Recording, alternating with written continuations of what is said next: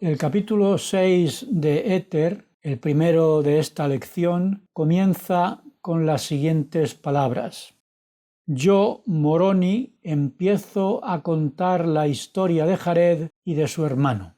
Y eso es lo que vimos en parte en la lección de la semana pasada, especialmente los esfuerzos de Jared y de su hermano junto con los amigos de los dos y sus respectivas familias en la preparación del viaje a la tierra que el Señor había preparado para ellos en el continente americano al otro lado del océano. Vamos a recordar y aplicar algunas de las cosas que aprendimos en la lección anterior, porque hay enseñanzas que no quiero dejar pasar sin analizarlas un poco más. Esta parte de la historia del hermano de Jared es muy interesante, porque si la tierra prometida fuera el símbolo de Sión y de la vida eterna, de lo que estaríamos hablando entonces en estos capítulos del libro de Éter es de los esfuerzos de varias familias en su viaje por la senda de los convenios para establecer Sión y lograr la exaltación. Y eso es lo que deberíamos estar haciendo todos nosotros en este mundo con nuestras familias. Y de eso se trataba la revelación que recibió David Whitmer por medio de José Smith, en la que el Señor le mandó que cumpliera sus mandamientos y se esforzara por establecer Sión. Y le prometió que si perseveraba hasta el fin en este esfuerzo, recibiría la vida eterna. Y el Señor añadió que la vida eterna es el mayor de todos los dones de Dios. Y eso mismo es lo que dijo el Señor cuando prometió dar por herencia a Jared, a su hermano, a sus amigos, una tierra escogida sobre toda otra tierra. Y que en ese lugar el Señor haría de ellos y de sus descendientes la nación más grande de este mundo. Y como preparación para el viaje a aquella tierra prometida, el Señor les mandó que construyeran barcos. Y, siguiendo sus instrucciones, construyeron 8 barcos submarinos preparados para soportar la presión que el agua ejercería sobre ellos cuando estuvieran sumergidos en las profundidades del mar. Y el Señor añadió lo siguiente: «Estaréis con vuestros barcos en medio del mar, y las inmensas olas estallarán sobre vosotros. Pero yo os sacaré otra vez de las profundidades y os prepararé contra todas estas cosas, porque no podréis atravesar este gran mar si yo no os preparo contra las olas, contra los vientos y contra los diluvios que vendrán». El viaje a la tierra prometida, como el viaje a la vida eterna, no es posible sin la ayuda divina, porque, como dijo el Señor al final del Sermón del Monte, estrecha es la puerta y angosto el camino que llevan a la vida eterna, y pocos son los que la consiguen, porque la mayoría prefiere entrar por la puerta estrecha y seguir el camino espacioso que lleva a la perdición. Por eso el Señor nos pide que entremos por la puerta estrecha, aunque eso requiera más esfuerzo y resistencia al mal en el que estamos sumergidos en este mundo. Cuando el hermano de Jared terminó la construcción de los barcos, habló con el Señor y le dijo que había 2 problemas que resolver cuando estuvieran sumergidos: la iluminación y la ventilación de los barcos. Sobre la ventilación, el hermano de Jared dijo al Señor: «En estos barcos pereceremos, porque en ellos solo podremos respirar el aire que contengan». En respuesta a la petición del hermano de Jared, el Señor le dijo cómo resolver el problema de la ventilación. Y sobre la iluminación, el hermano de Jared dijo al Señor: «¿Vas a permitir, oh Señor, que crucemos estas grandes aguas en la oscuridad?». Se entiende muy bien la preocupación del hermano de Jared sobre la iluminación en los barcos submarinos, teniendo en cuenta que el viaje a la tierra prometida duraría 344 días, es decir, casi un año.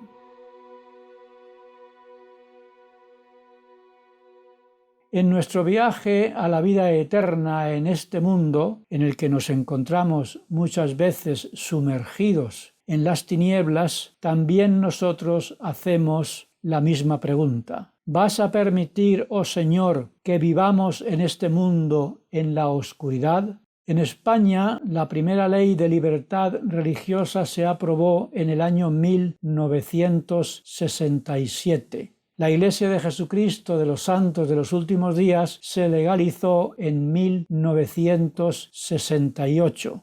En 1969, el elder Marion G. Romney del Consejo de los 12 Apóstoles dedicó o consagró España para la predicación del Evangelio restaurado. Y no fue sino hasta el año 1970 que se organizó la primera misión de España. A mí me encontraron los misioneros en el mes de octubre de ese año 1970 y me bautizaron en enero de 1971. Yo nací en diciembre de 1950. Tenía pues 19 años cuando los misioneros me encontraron y 20 años cuando me bautizaron. Y si sería difícil para los jareditas viajar a la tierra prometida sin ninguna luz, cuando estuvieron sumergidos en las aguas en un barco submarino durante un año, cuánto más difícil sería para mí viajar a la vida eterna sumergido en un mundo sin la luz del Evangelio restaurado y sin la guía del don del Espíritu Santo durante los difíciles años de mi adolescencia. La mayoría de las personas que me rodeaban, en mi familia y fuera de mi familia, vivían sumergidos en la apostasía sin hacerse las grandes preguntas de esta vida terrenal. ¿Dónde estaba yo antes de nacer en esta tierra? ¿Qué hay después de la muerte? ¿Cuál es el propósito de mi vida en este mundo? Para la mayoría, comer, beber y divertirse era suficiente para dar sentido a su existencia. Pero yo me hacía estas preguntas y como las respuestas que me daban no me satisfacían, vivía angustiado en medio de las tinieblas de la apostasía que me envolvían. Y mi pregunta durante años era, a semejanza del hermano de Jared, la siguiente: Dios mío, ¿vas a permitir que pase toda mi vida en la oscuridad?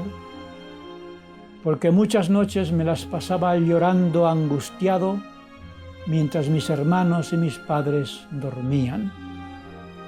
La respuesta a mi pregunta tardó años en llegar. En el caso del hermano de Jared, el Señor, después de decirle que no podrían tener ventanas ni encender fuego para iluminar los barcos, le tranquilizó diciéndole que él iba a ayudarles en su difícil viaje. Y después le preguntó: ¿qué deseáis que prepare para vosotros a fin de que tengáis luz cuando estéis sumergidos en las profundidades del mar? Esta inesperada respuesta obligó al hermano de Jared a pensar y a asumir su parte de responsabilidad en la preparación del viaje a la tierra prometida. Porque en nuestro viaje por este mundo a la vida eterna, todos tenemos que hacer nuestra parte si queremos que el Señor haga la suya. Y yo entendía que mientras llegaba esa respuesta, es decir, mientras llegaba la restauración del Evangelio de Jesucristo a España, yo debería hacer lo que el Señor mandó a David Whitmer, cumplir los mandamientos y perseverar hasta que llegara el momento en el que Dios enviara los misioneros a mi vida. Y eso fue lo que hice. Y ya hemos estudiado que el hermano de Jared fundió de una roca 16 piedras pequeñas como cristal transparente y pidió al Señor que tocara las piedras con su dedo para que brillaran en la oscuridad y dieran luz a los barcos cuando viajaran sumergidos en el agua. Y sabemos que la iniciativa del hermano de Jared hizo que se rasgara el velo que todos tenemos delante de nuestros ojos, que nos impide ver el mundo espiritual. Y el hermano de Jared vio el dedo del Señor, que se le manifestó completamente después y le reveló grandes principios del mundo eterno. Y todo esto lo recuerda Moroni en el capítulo 6, diciendo que después de que el Señor preparara las piedras para que dieran luz, el hermano de Jared las usó para iluminar los barcos. Y Moroni añadió lo siguiente: y así hizo el Señor que las piedras brillaran en las tinieblas para dar luz a los hombres, mujeres y niños, a fin de que no atravesaran las grandes aguas en la oscuridad. Y se hicieron a la mar encomendándose al Señor su Dios. Y el Señor su Dios hizo que soplara un viento furioso sobre la superficie de las aguas hacia la tierra prometida. Y muchas veces estuvieron sepultados en las profundidades del mar por las gigantescas olas y por las terribles tempestades causadas por la fuerza del viento. Y cuando los envolvían las muchas aguas, imploraban al Señor y Él los sacaba a la superficie de las aguas. Y el viento no dejó de soplar y de empujarlos hacia la tierra prometida. Y cantaban alabanzas al Señor, dándole gracias todos los días. Y no cesaban de alabar al Señor, y tenían luz continuamente. Y después de que el viento los empujara hacia la tierra prometida durante 344 días, desembarcaron en las playas de la tierra prometida. Y al pisar sus pies las arenas de la playa, se postraron ante el Señor y derramaron lágrimas de gozo. Y empezaron a extenderse y a multiplicarse y a cultivar los terrenos, y se hicieron fuertes en aquella hermosa tierra. Y a partir de ese momento podemos aprender de los jareditas, en los capítulos siguientes, lo que hace prosperar y avanzar a un pueblo hasta convertirse en una gran civilización, y también lo que provoca su retroceso y su caída y destrucción, como pasó con el pueblo jaredita. y como aprendemos también de muchos pueblos en la historia triste de los habitantes de este mundo.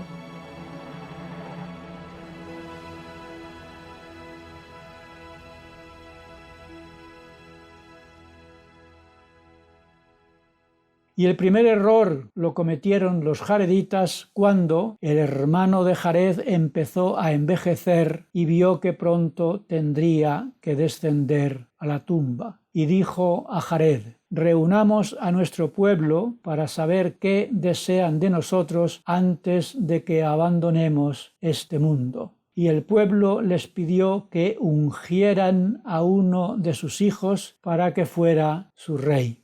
Esta petición afligió a Jared y a su hermano, y el hermano de Jared les dijo: esto ciertamente os llevará al cautiverio. Este mismo problema lo tuvo Samuel, que dirigió a Israel en el período de transición entre el gobierno de los jueces y la monarquía. Porque cuando Samuel envejeció, todos los ancianos de Israel fueron a Samuel y le pidieron que eligiera a un rey como tienen todas las naciones. Y Samuel oró a Jehová y Jehová le dijo: oye la voz del pueblo en todo lo que te digan, porque no te han desechado a ti, sino que me han desechado a mí, para que no reine sobre ellos. Y si esto aprendemos en el viejo mundo, aprendemos lo mismo en el nuevo mundo, cuando Mosía propuso al pueblo el gobierno por medio de los jueces, diciéndoles lo siguiente: seré vuestro rey el resto de mis días, pero nombraremos jueces para que juzguen a este pueblo. Nombraremos hombres sabios como jueces que juzgarán a este pueblo según los mandamientos de Dios. Es mejor que sea Dios quien juzgue al hombre, porque los juicios de Dios son siempre justos, pero los juicios de los hombres no siempre lo son. Por tanto, si fuese posible que tuvierais por reyes a hombres justos, que establecieran las leyes de Dios y juzgaran al pueblo según sus mandamientos divinos, entonces convendría que siempre tuvieseis reyes que os gobernaran. Pero puesto que no todos los hombres son justos, no conviene que tengáis reyes que os gobiernen. Porque cuánta iniquidad hace cometer un rey malvado y cuán gran destrucción. Y estos temores se cumplieron, y en el caso de la preocupación del hermano de Jared, se cumplieron completamente sus temores, porque la conducta de la mayoría de los reyes, apartándose de la rectitud y llevando al pueblo a las prácticas idólatras y a todo tipo de iniquidades, contribuyeron a la decadencia espiritual y a la caída de toda una civilización. Y Moroni saca las siguientes conclusiones que todos deberíamos aprender y aplicar en nuestra época. Dijo así: por tanto, oh gentiles, está en la sabiduría de Dios que se os muestren estas cosas para que os arrepintáis de vuestros pecados y para que no permitáis que os dominen las combinaciones asesinas que son la causa de esta gran destrucción. Porque la espada de la justicia del Dios eterno caerá sobre vosotros para vuestra destrucción si permitís que existan estas maldades. Por tanto, me han mandado a mí, Moroni, escribir estas cosas para ayudar a destruir el mal, y para que llegue el tiempo en el que Satanás no tenga más poder sobre los hijos de los hombres, sino que se les persuada a hacer el bien continuamente para que vengan a la fuente de toda rectitud y se salven. Advertidos estamos. No parece que la sociedad de los últimos días esté dispuesta a seguir estos consejos, porque está también en decadencia. pero se espera que nos esforcemos todos nosotros, a quienes el bautismo nos ha convertido en el pueblo del convenio, en hacer todo lo necesario para destruir el mal en nuestro interior y entre aquellas personas de las que Dios nos haya hecho responsables. Es verdad que el bautismo es una puerta estrecha porque accedemos a ella por la fe en Jesucristo y por el arrepentimiento de todos nuestros pecados, y que lo hacemos con el compromiso sagrado de perseverar en la angosta senda de los convenios. Pero no lo hacemos a oscuras, sino que la luz del Espíritu nos ilumina a todos. Y, para terminar, hago mías las palabras de Jacob, el hijo de Ley, que nos dijo: «Amados hermanos míos, venid al Señor el Santo. Recordad que sus sendas son justas. La vía para el hombre es angosta, pero se halla en línea recta ante él. El guardián de la puerta es el Santo de Israel, y allí él no emplea ningún sirviente. Y no hay otra entrada sino por la puerta, porque nadie puede engañar a aquel cuyo nombre es el Señor Dios».